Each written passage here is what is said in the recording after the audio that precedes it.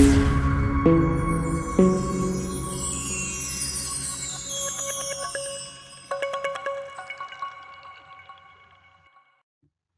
Friends, education tube में आप सभी का स्वागत है। मैं हूं प्रजापति कुमार और आज हम करेंगे एम लक्ष्मीकांत की पॉलिटी का बहुत ही इंपॉर्टेंट टॉपिक राष्ट्रपति चैप्टर। हम जानेंगे राष्ट्रपति का चुनाव का प्रोसेस क्या है, राष्ट्रपति पर महाभियोग कैसे लगाया जाता है, राष्ट्रपति की शक्तियां, उनकी न्यायिक शक्तियां, वीटो शक्तियां, राष्ट्रपति की संसदीय शक्तियां, राष्ट्रपति की विवेकाधीन शक्तियां, यहाँ पर आप देख सकते हैं बिंदुवार, इन सारे को हम डिटेल में डिस्कस करेंगे। तो इस चैप्टर को आप फुल्ली तरह से हमारे साथ पढ़िए। इसको पढ़ने के बाद आपका राष्ट्रपति चैप्टर से किसी भी प्रकार का क्वेश्चन नहीं छूटेगा और पूरा का पूरा आपको राष्ट्रपति के बारे में, क्या हमारे संवैधानिक स्थिति है राष्ट्रपति के बारे में, आपको मालूम हो जाएगा। तो चलिए स्टार्ट करते हैं। भारत के राष्ट्रपति भारत गणराज्य के कार्यपालक अध्यक्ष होते हैं। संघ के सभी कार्यपालक कार्य उनके नाम से किए जाते हैं। अनुच्छेद 53 के अनुसार संघ की कार्यपालक शक्ति उनमें निहित है। वह भारतीय सशस्त्र सेनाओं का सर्वोच्च सेना नायक भी हैं। तो डायरेक्ट क्वेश्चन आते हैं कि भारतीय सशस्त्र सेनाओं के सर्वोच्च सेना नायक कौन होते हैं? तो राष्ट्रपति होते हैं। इसका वर्णन किसमें है राष्ट्रपति का संविधान में? तो यह अनुच्छेद 53 में है, जो कि बहुत इंपॉर्टेंट है। यहाँ पर सारे के सारे लाइन इंपॉर्टेंट है, जिसमें कि आपको यहाँ से क्वेश्चन राष्ट्रपति से बाहर नहीं आएगा। सभी प्रकार के आपातकाल लगाने व हटाने वाला, शांति युद्ध की घोषणा करने वाला होता है हमारे देश का राष्ट्रपति। वह देश का प्रथम नागरिक होता है। भारतीय राष्ट्रपति का भारतीय नागरिक होना आवश्यक है। सिद्धांततः राष्ट्रपति के पास पर्याप्त शक्ति होती है, पर कुछ अपवादों के अलावा राष्ट्रपति के पद में निहित अधिकांश अधिकार प्रस्ताव में प्रधानमंत्री की अध्यक्षता वाले मंत्री परिषद के द्वारा उपयोग किए जाते हैं। तो यहाँ पर हम जाने कि भारत के राष्ट्रपति जो होते हैं संवैधानिक रूप से प्रधान होते हैं और उनके पास बहुत सारी शक्तियां होती है, उनके बारे में भी हम आगे जानेंगे। भारत के राष्ट्रपति नई दिल्ली स्थित राष्ट्रपति भवन में रहते हैं, जिसे रायसीना हिल के नाम से जाना जाता है। तो कौन सा हिल है? रायसीना हिल, ये इम्पोर्टेंट है यहाँ पे। राष्ट्रपति अधिकतम कितनी बार भी पद पर रह सकता है, यानी एक आदमी हमारे देश में कितनी बार भी राष्ट्रपति बन सकता है, इसकी कोई सीमा तय नहीं है, एक से अधिक बार भी बन सकता है। अब तक पहले राष्ट्रपति जो हैं डॉक्टर राजेंद्र प्रसाद ने ही 2 बार पद पर कार्यकाल पूरा किया है। राजेंद्र प्रसाद जो हैं ये पहले राष्ट्रपति थे। उसके अलावा इन्होंने 2 कार्यकाल इन्होंने किया लगातार। तो ये यहाँ से क्वेश्चन बनते हैं। प्रतिभा पाटिल जो है भारत की 12वीं और प्रथम महिला राष्ट्रपति थी। याद रखिएगा, प्रतिभा पाटिल 12वीं तथा इस पद को सुशोभित करने वाली पहली महिला राष्ट्रपति हैं। उन्होंने 25 जुलाई 2007 को पद व गोपनीयता की शपथ ली। वर्तमान में रामनाथ कोविंद भारत के 14वें राष्ट्रपति हैं। नेक्स्ट देखते हैं, 15 अगस्त 1947 को भारत ब्रिटेन से स्वतंत्र हुआ था और अंतरिम व्यवस्था के तहत देश के एक राष्ट्रमंडल अधिराज्य बन गया। इस व्यवस्था के तहत भारत के गवर्नर जनरल को भारत के राष्ट्र प्रमुख के रूप में स्थापित किया गया, जिन्हें ब्रिटिश इंडिया में ब्रिटेन के अंतरिम राजा जॉर्ज 6 द्वारा ब्रिटिश सरकार के बजाय भारत के प्रधानमंत्री की सलाह पर नियुक्त करना था। यह एक अस्थायी उपाय था, परंतु राजनीतिक प्रणाली में राजा के अस्तित्व को जारी रखना सही मायनों में संप्रभु राष्ट्रों के लिए उपयुक्त विचार नहीं था। आजादी से पहले भारत के आखिरी ब्रिटिश वायसराय लॉर्ड माउंटबेटन ही भारत के पहले गवर्नर जनरल बने थे। तो लॉर्ड माउंटबेटन जो है यहाँ पर स्वतंत्र भारत के पहले गवर्नर जनरल बनते हैं और वह जल्द ही उन्हें चक्रवर्ती राजगोपालाचारी को यह पद सौंप दिया। चक्रवर्ती राजगोपालाचारी जो है यह पूर्ण रूप से भारतीय होते हैं। पहला भारतीय गवर्नर जनरल जो बनता है वो बनता है राजगोपालाचारी, जो भारत के इकलौते भारतीय मूल के गवर्नर जनरल बने थे। डॉक्टर राजेंद्र प्रसाद के नेतृत्व में संविधान सभा द्वारा 26 नवंबर 1949 को भारतीय संविधान का मसौदा तैयार हो चुका था और 26 जनवरी 1950 को औपचारिक रूप से संविधान को स्वीकार किया गया था। इस तारीख का प्रतीकात्मक महत्व था क्योंकि 26 जनवरी 1930 को भारतीय राष्ट्रीय कांग्रेस ने ब्रिटेन से पहली बार पूर्ण स्वतंत्रता की आवाज दी थी और जब संविधान लागू हुआ और डॉक्टर राजेंद्र प्रसाद ने भारत के पहले राष्ट्रपति का पद संभाला तो उस समय गवर्नर जनरल और राजा का पद एक निर्वाचित राष्ट्रपति द्वारा प्रतिस्थापित हो गया, यानी कि पहले जो राजतंत्रात्मक शासन था राजा का पद वो राष्ट्रपति को मिल गया। तो चलिए देखते हैं आगे। इस कदम से भारत की एक राष्ट्रमंडल अधिराज्य की स्थिति समाप्त हो गया, लेकिन यह गणतंत्र राष्ट्रों के राष्ट्रमंडल का सदस्य बना रहा क्योंकि भारत के प्रथम प्रधानमंत्री जवाहरलाल नेहरू ने तर्क किया कि यदि कोई राष्ट्र ब्रिटिश सम्राट को राष्ट्रमंडल के प्रधान के रूप में स्वीकार करे पर जरूरी नहीं है कि वह ब्रिटिश सम्राट को अपने राष्ट्र प्रधान की मान्यता दे, उसे राष्ट्रमंडल में रहने की अनुमति दी जानी चाहिए। यह एक अत्यंत महत्वपूर्ण निर्णय था जिसने 20वीं सदी के उत्तरार्ध में नए गणतंत्र गणराज्य बनाने के कई अन्य पूर्व ब्रिटिश उपनिवेशों के राष्ट्रमंडल में रहने के लिए एक मिसाल स्थापित किया। यहाँ पर हम जानेंगे राष्ट्रपति का चुनाव कैसे होता है। इससे पहले हमने बैकग्राउंड जाना राष्ट्रपति का। तो राष्ट्रपति का चुनाव जो होता है, भारत के राष्ट्रपति का चुनाव अनुच्छेद 55 के अनुसार अनुपातिक प्रतिनिधित्व प्रणाली के एकल संक्रमणीय मत पद्धति के द्वारा होता है। तो यहाँ पे याद रखिएगा किसके द्वारा होता है, अनुपातिक प्रतिनिधित्व प्रणाली के एकल संक्रमणीय मत पद्धति के द्वारा होता है। भारत राष्ट्रपति को भारत के संसद के दोनों सदनों लोकसभा राज्यसभा तथा साथ ही राज्य विधानसभाओं के निर्वाचित सदस्यों द्वारा 5 वर्ष की अवधि के लिए चुना जाता है। वोट आवंटित करने के लिए एक फार्मूला इस्तेमाल किया गया है ताकि हर राज्य की जनसंख्या और उस राज्य से विधानसभा के सदस्यों द्वारा वोट डालने की संख्या के बीच एक अनुपात रहे और राज्य विधानसभाओं के सदस्यों और राष्ट्रीय सांसदों के बीच एक समानुपाती बनी रहे, यानी समानुपात बनी रहे। अगर किसी उम्मीदवार को बहुमत प्राप्त नहीं होती तो एक स्थापित प्रणाली होती है जिससे हारने वाले उम्मीदवार को प्रतियोगिता से हटा दिया जाता है और उनके मिले वोट अन्य उम्मीदवारों को तब तक हस्तांतरित होता है जब तक किसी को एक बहुमत नहीं मिल जाता। तो ये होता है अनुपातिक प्रतिनिधित्व संक्रमण प्रणाली जिसके द्वारा इलेक्शन होता है राष्ट्रपति का। भारत का कोई नागरिक जिसकी उम्र 35 साल हो या अधिक हो वह उम्मीदवार पद जो राष्ट्रपति पद का दावेदार हो सकता है। राष्ट्रपति पद के लिए उम्मीदवार को लोकसभा का सदस्य बनने की योग्यता होनी चाहिए और सरकार के अधीन कोई लाभ का पद धारण किया हुआ नहीं होना चाहिए, परंतु कुछ कार्यालय धारकों को राष्ट्रपति के उम्मीदवारों के रूप में खड़ा होने की अनुमति दी गई है। यानी कि वर्तमान के राष्ट्रपति, वर्तमान उपराष्ट्रपति, किसी भी राज्य के राज्यपाल, संघ या किसी राज्य के मंत्री, राष्ट्रपति के निर्वाचन संबंधी किसी भी बात को निर्णय का लेने का अधिकार जो है उच्चतम न्यायालय को है, यानी हाईकोर्ट को है। यानी राष्ट्रपति, उपराष्ट्रपति, किसी भी राज्य के राज्यपाल या संघ राज्य के मंत्री जो है ये जो है राष्ट्रपति के पद पर रहते हुए भी राष्ट्रपति का चुनाव लड़ सकते हैं, यानी कि इस तरह से हैं। राष्ट्रपति पर महाभियोग, राष्ट्रपति पर महाभियोग है कि अनुच्छेद 61 जो है राष्ट्रपति के महाभियोग से संबंधित है।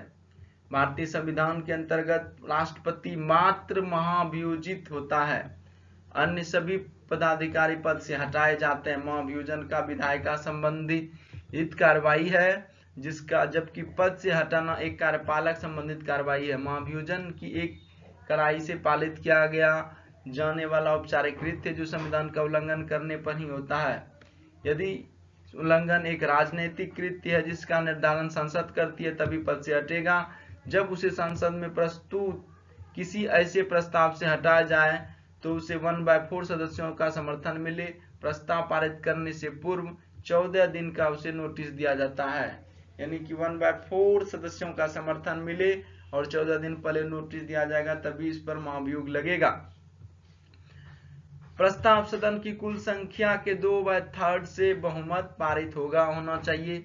अगर इसे हटाना हो तो 2/3 जितने होते हैं संसद सदन की कुल संख्या का, उससे पारित होना चाहिए। पूरी सदन में जाने पर इस प्रस्ताव की जांच एक समिति के द्वारा होगी।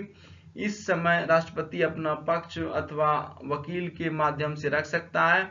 दूसरा सदन भी उसे 2/3 बहुमत से पारित हो गया। लोकसभा में भी 2/3 से विशेष बहुमत से और राज्यसभा में भी विशेष बहुमत से 2/3 बहुमत से पारित होगा। दूसरे सदन द्वारा प्रस्ताव पारित करने के दिन से राष्ट्रपति पद से हट जाएगा। तो यहाँ पर अपना हमने राष्ट्रपति पर महाभियोग यानी कि राष्ट्रपति को अपने पद से हटाने का तरीका यानी कि 61 अनुच्छेद 61 में यह है। राष्ट्रपति की शक्तियां क्या होती है, यहाँ पर हम जानेंगे। राष्ट्रपति की बहुत महत्वपूर्ण, उसके पास कुछ शक्तियां हैं जिसके बारे में बहुत एग्जाम में क्वेश्चन आते हैं। यहाँ से राष्ट्रपति यानी संविधान का 72वां अनुच्छेद कहता है राष्ट्रपति को न्यायिक शक्तियां देता है। वह दंड का उन्मूलन, क्षमा, आहरण, परिहरण, परिवर्तन कर सकता है, यानी वह मृत्यु दंड को भी यहाँ पे माफ कर सकता है। तो क्षमादान सबसे पहले इनकी शक्ति देखते हैं क्या है। किसी व्यक्ति को मिली संपूर्ण सजा, दोष सिद्धि, उत्पन्न हुई निर्योग्यताओं को समाप्त कर देना, उसे उस स्थिति में रख देना मानो कोई अपराध किया ही नहीं। यह लाभ पूर्णतः अथवा अंशतः मिलता है, सजा देने के बाद अथवा उससे पहले भी मिल सकती है। तो राष्ट्रपति के पास है कि किसी भी व्यक्ति को पूर्ण रूप से क्षमादान वह कर सकता है या उसके क्षमादान को कम कर सकता है, बढ़ा सकता है, पूर्णतः उसको मृत्यु दंड से भी उसको सजा से निकाल सकता है, यानी कि क्षमादान की स्थिति में इसके पास शक्तियां हैं। लघुकरण, लघुकरण की दंड की प्रकृति कठोर से हटाकर नम्र कर देना, उदाहरणार्थ सश्रम कारावास को सामान्य कारावास में बदल देना। तो ये जिसकी सजा बहुत कठोर है उसको कम कर सकता है, राष्ट्रपति के पास यह शक्तियां हैं। परिहार है कि दंड की अवधि घटा देना परंतु उसकी प्रकृति नहीं बदली जाएगी। तो दंड की जो अवधि होती है, सजा का टाइम जो होता है उसको कम कर देना होता है परिहार। और विराम होता है कि दंड में कमी ला देना या विशेष आधार पर मिलती है, जैसे गर्भवती महिला की सजा में कमी लाना। तो दंड में कमी लाना विराम कहलाता है, और परिहार में दंड की अवधि घटा देना परंतु उसकी प्रकृति नहीं बदली जाएगी। विराम में होता है कि दंड में कमी ला देना या विशेष अधिकार पर मिल, जैसे गर्भवती महिला की जब भी बात होगी तो उसको राष्ट्रपति विराम शक्तियों का उपयोग करके क्षमादान करेगी। तो यहाँ पर प्रविलंबन जो है, प्रविलंबन का मतलब होता है दंड प्रदान करने में विलंब करना, विशेषकर मृत्यु दंड के मामले में। तो राष्ट्रपति इस पर बहुत गंभीर निर्णय लेता है, सोचता है, वितर्क करता है, तो उसमें जो लंब होता है उसको हम कहते हैं प्रविलंबन। प्रविलंबन ये क्वेश्चन एग्जाम में आया था। तो चलिए जान लिए हमने यहाँ पर राष्ट्रपति की शक्तियां, आगे जानते हैं। राष्ट्रपति की क्षमाकारी शक्तियां पूर्णतः इस पर निर्भर करती है, उन्हें एक अधिकार के रूप में मांगा नहीं जा सकता, यानी कि ये अधिकार नहीं है कि हमारा कि हम बोलेंगे राष्ट्रपति से कि हमारी सजा जो है पूर्णतः कम कर दी जाए। ये शक्तियां जो है कार्यपालिका प्रकृति की है तथा राष्ट्रपति इनका प्रयोग मंत्री परिषद की सलाह पर करेगा। न्यायालय में इनको चुनौती दी जा सकती है। इनका लक्ष्य दंड देने में हुई भूल का निराकरण करना है जो न्यायपालिका ने कर दी हो। शेर सिंह बनाम पंजाब राज्य का कोर्ट का मामला है। 1983 में सुप्रीम कोर्ट ने निर्णय दिया था कि अनुच्छेद 72 और अनुच्छेद 161 के अंतर्गत दी गई दया याचिका जितनी शीघ्रता से हो सके उतनी जल्दी निपटा दी जाए। राष्ट्रपति न्यायिक कार्यवाही तथा न्यायिक निर्णय को नहीं बदलेगा, वह केवल न्यायिक निर्णय से राहत देगा। याचिकाकर्ता को यह भी अधिकार नहीं होगा कि वह सुनवाई के लिए राष्ट्रपति के समक्ष उपस्थित हो। तो राष्ट्रपति के समक्ष जो है सुनवाई करता उसके समक्ष उपस्थित नहीं होगा। इन सब बातों का यहाँ पर विस्तार से वर्णन है। वीटो शक्तियां उनके पास होती है, इस वीटो शक्तियां बहुत महत्वपूर्ण होती है। चलिए इसके बारे में जानते हैं। विधायिका की किसी कार्रवाई को विधि बनाने में रोकने वाली शक्ति जो है वीटो कहलाती है, यानी कोई कानून बन रहा है, अगर चाहे राष्ट्रपति उसको कानून नहीं बनाना तो यह वीटो शक्ति उस पर यूज कर सकती है। संविधान राष्ट्रपति को 3 प्रकार का वीटो देता है, यानी पावर। एक होता है पूर्ण वीटो, निर्धारित प्रक्रिया से पास बिल जब राष्ट्रपति के पास आए, यानी कि सांसद से बिल पास हो गया, तब उस पर जाके राष्ट्रपति साइन करेगा, तभी जाकर के वह पूरी तरह से कानून बनेगा। तो जब सांसद से बिल पास होकर के आता है और उसके बाद संविधान संशोधन बिल के अतिरिक्त संशोधन बिल को छोड़ करके जो संविधान के किसी अनुच्छेद को संशोधन कर रहा है उसके अलावा, तो वह अपनी स्वीकृति और अस्वीकृति की घोषणा कर सकता है। तो जब राष्ट्रपति को लगता है कि यह चीज इसमें कुछ कमी है, खामियां है, तो वहां पर वो अपनी स्वीकृति नहीं भी दे सकता है, और अगर उसको लगता है हाँ सही है तो वो स्वीकृति दे सकता है। किंतु यह अनुच्छेद 368 संविधान संशोधन के अंतर्गत कोई बिल आए तो वह अपनी अस्वीकृति नहीं दे सकता। अनुच्छेद 368 में क्या है, संविधान संशोधन, इसको एक्सेप्ट में रखा गया, इस पर जो है उसको सहमति देनी ही होगी, किसको, राष्ट्रपति को। इसके अलावा कोई बिल आएगा तो उस पर वह अपनी जो है स्वीकृति और अस्वीकृति डिसाइड कर सकता है। लेकिन 368 की जब भी बात होगी, संविधान संशोधन की बात होगी, तो राष्ट्रपति को उस बिल पर अपनी स्वीकृति देना ही होगा।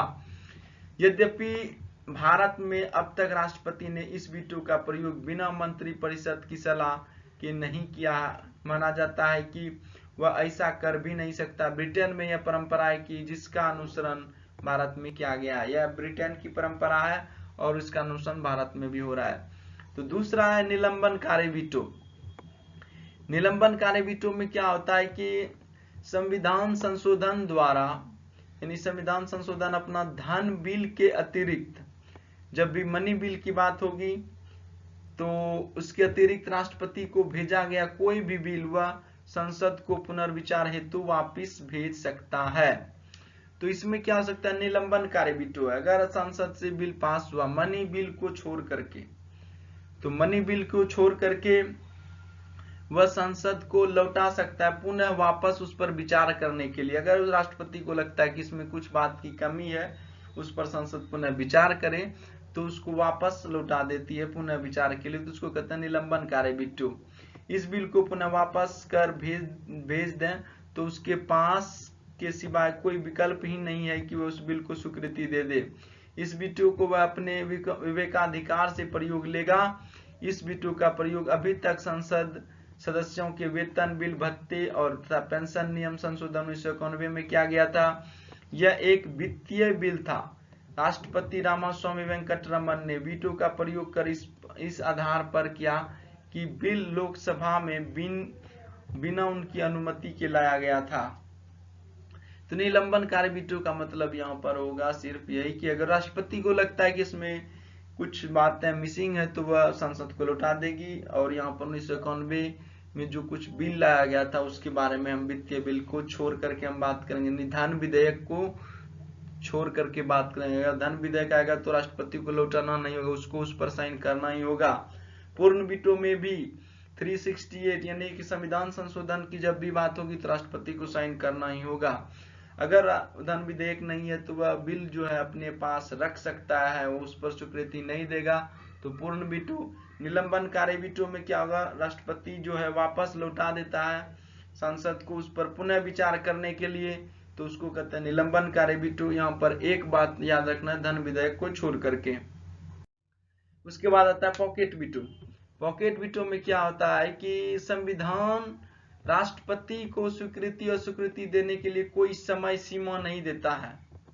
यहाँ पर राष्ट्रपति को समय सीमा नहीं दिया कि कब तक आप इस बिल के बारे में सोचते रहेंगे। यदि राष्ट्रपति किसी बिल पर कोई निर्णय ना दे, यानी सामान्य बिल, न कि धन विधेयक या संविधान संशोधन, यहाँ पर धन विधेयक और संविधान संशोधन को छोड़ करके बात करेंगे, क्योंकि धन विधेयक और संविधान संशोधन विधेयक ये जब भी बिल आएंगे तो राष्ट्रपति को उस पर अपनी स्वीकृति नहीं साइन करना ही होता है। सामान्य बिल में क्या होता है उसके बारे में हम बात करेंगे। सामान्य बिल में पॉकेट वीटो का यहाँ पर यूज होगा, निर्णय न दे तो माना जाएगा कि उससे अपने पॉकेट का प्रयोग किया है, यानी पॉकेट वीटो का प्रयोग किया है। यह भी उसकी विवेकाधिकार शक्ति के अंदर आता है। पेप्सू बिल 1956 तथा भारतीय डाक बिल 1984 में तत्कालीन राष्ट्रपति ज्ञानी जैल सिंह ने इस वीटो का प्रयोग किया था। तो यहाँ पर पॉकेट वीटो का मतलब हुआ कि वह बिल पर वह उसने कुछ भी नहीं बोलेगा, सिर्फ उस यानी कि उस विधेयक को अपने पॉकेट में रख लेगा, यानी कि कोई समय सीमा भी नहीं है। तो पॉकेट वीटो के अंतर्गत राष्ट्रपति उस बिल पर अपनी न तो सहमति देगा न स्वीकृति, और उसके बारे में कुछ नहीं कहेगा, तो वो पॉकेट वीटो यूज किया। तो हमने जाना यहाँ पे राष्ट्रपति की वीटो पावर शक्तियां। और चलिए नेक्स्ट देखते हैं, राष्ट्रपति की संसदीय शक्ति देखते हैं। संसदीय शक्ति इनके पास क्या होते हैं कि राष्ट्रपति संसद का पहली बात तो अंग होता है। संसद का 3 अंग होते हैं, राष्ट्रपति, लोकसभा, राज्यसभा, तीनों को मिलाकर के हम बोलते हैं संसद। संसदीय शक्ति का अंग है, कोई भी बिल बिना उसकी स्वीकृति के पास नहीं हो सकता अथवा सदन में नहीं लाया जा सकता। अगर आपको कोई बिल प्रस्तुत करना है, यानी किसी भी सांसद को प्रस्तुत करना है बिल, तो उसकी स्वीकृति उसकी सहमति के पहले नहीं लाया जाता। अगर आपको बिल प्रस्तुत लाना है संसद में, तो पहले राष्ट्रपति उसको स्वीकृति देता है, तभी यह बिल सदन में लाया जा सकता है।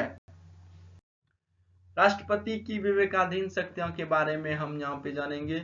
अनुच्छेद 74 के अनुसार विस्तार से यहाँ पर उसकी शक्तियां दी गई है विवेकाधीन शक्तियों का उपयोग करने के लिए। तो यहाँ पे देखते हैं अनुच्छेद 78 के अनुसार क्या है कि प्रधानमंत्री जो है राष्ट्रपति को समय समय पर मिलकर राज्यों के मामले अथवा भावी विधायकों के बारे में सूचना देगा। इस तरह अनुच्छेद 78 के अनुसार राष्ट्रपति सूचना प्राप्ति का अधिकार रखता है। यह प्रधानमंत्री पर एक संवैधानिक उत्तरदायित्व रखता है और यह अधिकार राष्ट्रपति कभी भी प्रयोग ला सकता है। इसके माध्यम से वह मंत्री परिषदों का विधेयकों के निर्णयों का परिणामों की चेतावनी दे सकता है। यह विवेकाधीन शक्तियों के अंतर्गत आता है। यहाँ पे देखें, जब कोई राजनीतिक दल लोकसभा में बहुमत नहीं पा सके तब अपने विवेकानुसार प्रधानमंत्री की नियुक्ति करेगा। यानी कि जब लगता है कि संसद में किसी भी पार्टी की सरकार नहीं बन पा रही है, बहुमत नहीं मिल रहा है, तो वह किसी भी राजनीतिक दल को प्रमुख को यानी उसके लीडर को प्रधानमंत्री नियुक्त करता है कुछ समय के लिए, जब तक उसको बहुमत नहीं मिलता। निलंबनकारी वीटो भी इनकी विवेक शक्तियों का हिस्सा है, उस पर अपने पढ़ा है पिछले स्लाइड में। उसके बाद है संसद के दोनों सदनों की बैठक हेतु बुलाना, यानी कि ज्वाइंट सेशन। आर्टिकल 108 के अंतर्गत ज्वाइंट सेशन होता है, उसको बैठक को बुलाना राष्ट्रपति बुलाते हैं। अनुच्छेद 75 में है कि मंत्री परिषद के सम्मिलित उत्तरदायित्व का प्रतिपादन करता है। राष्ट्रपति जो है मंत्री परिषद को किसी निर्णय पर जो कि एक मंत्री ने व्यक्तिगत रूप से लिया था पर सम्मिलित रूप से विचार करने को कह सकता है। तो मंत्री परिषद का जो है उत्तरदायित्व लेता है, कौन लेता है?